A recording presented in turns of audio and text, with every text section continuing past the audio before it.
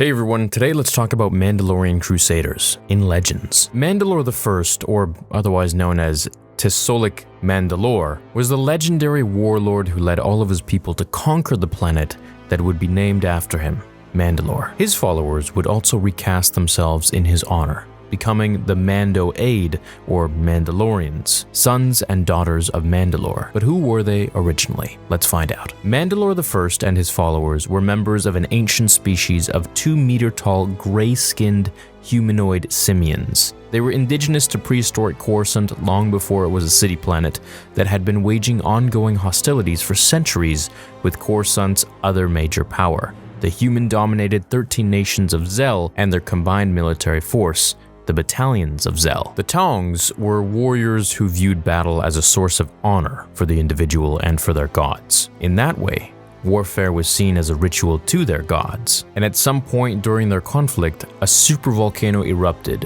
which darkened the Coruscant skies, blocking out the sun with its spewing ash and nearly annihilated their entire human enemies. Embracing the destruction wrought forth by the volcano, the Tongs called themselves Dawerda Verda, the Warriors of the Shadow. Though the volcano had been devastating for the humans, they did manage to survive and eventually were even able to drive the Tongs off of Coruscant. But the Simians' warriors would find refuge on the outer rim world of Rune, where they would remain for millennia until Mandalore I led them to a new planet that his followers, as I said, would name in his honor Mandalore. Once on their new homeworld, the great warlord and his Tongs would commence a campaign of destruction against the enormous city-sized native creatures that were the apex species of the planet, known as the Mythosaurs, who the warriors hunted and slaughtered to extinction. From this point on, as a symbol of status, any future sole ruler of Mandalorian clans, known as the Mandalore,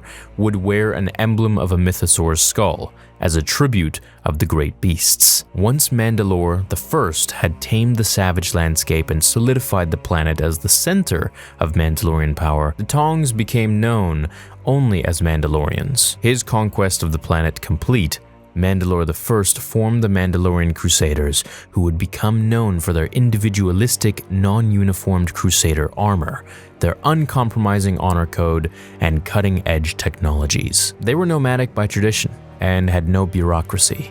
Instead, they divided their labor organically, as a warrior always needed to be self-sufficient and competent. Now, unlike later Mandalorians, these Crusaders didn't rely on helmet transceivers, but instead carried their information through their forces by sight and sound. They had no ranks and so often simply followed the most experienced warrior in battle. They had no written laws either, but instead followed the sacred tenets of Mandalorian life, called the Rezol Nair of 6 actions. Now, these 6 actions stated that the Mandalorian must wear his or her armor, speak the Mandalorian language, defend themselves and family, raise their children as Mandalorians, contribute to the clan's welfare, and when called upon by the Mandalore, to always rally to the cause. If these laws were not followed, you could not be Mandalorian and were considered a Darmanda, a person who was ignorant of Mandalorian heritage and bereft of a Mandalorian soul, and so had no place in the Mandalorian afterlife. The Rezol Nair had no restrictions when it came to other species,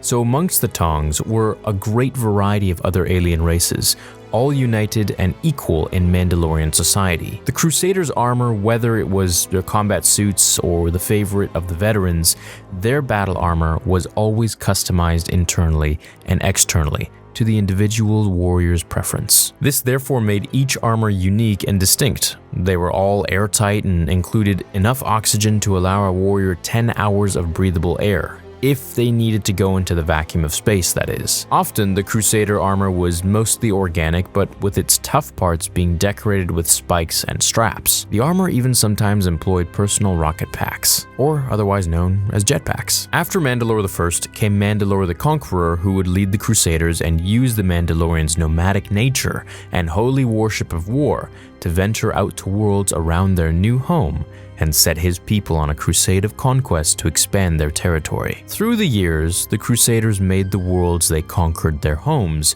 as they traversed further through space, seeking out more battles and wars to fight. By this point, they were now led by Tekandosi Mandalore, or Mandalore the Indomitable, who was also a Tong, riding Basilisk war droids, powerful semi-sentient combat droids designed by the Basiliscan, another race the Mandalorians had conquered and completely devastated.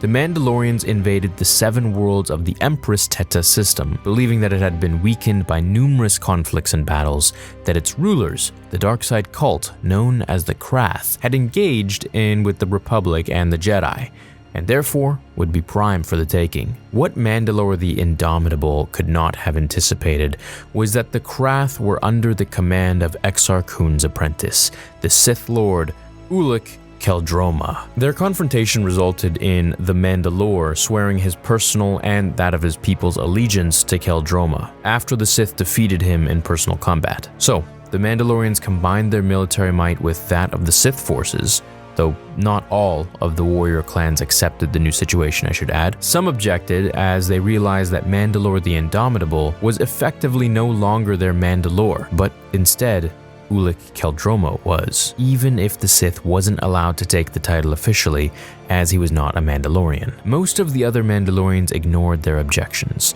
so a few of the Crusaders declared themselves leaderless and later would become part of the Neo-Crusader movement on Mandalore. Now, part of what would be called the Great Sith War, the Crusaders fought in many campaigns with the Sith. Eventually, they were ordered to take a bulk of their forces and invade the Republic world of Onderon in a massive assault. Though initially they made great strides, the Mandalorians in the end were repelled by the native defending forces known as the Beast Riders. They had no choice but to retreat on Onderon's jungle moon of the Xun, but once there, Mandalore was separated from his troops during the chaos and was suddenly surrounded by several of Duxun's ferocious predators who shortly made lunch out of the Great Warrior. However, soon after, another Tong Mandalorian discovered his helmet and became their new leader, Mandalore the Ultimate. This new Mandalore would embrace a less individualistic approach and wanted to reshape Mandalorian culture into one much more uniformed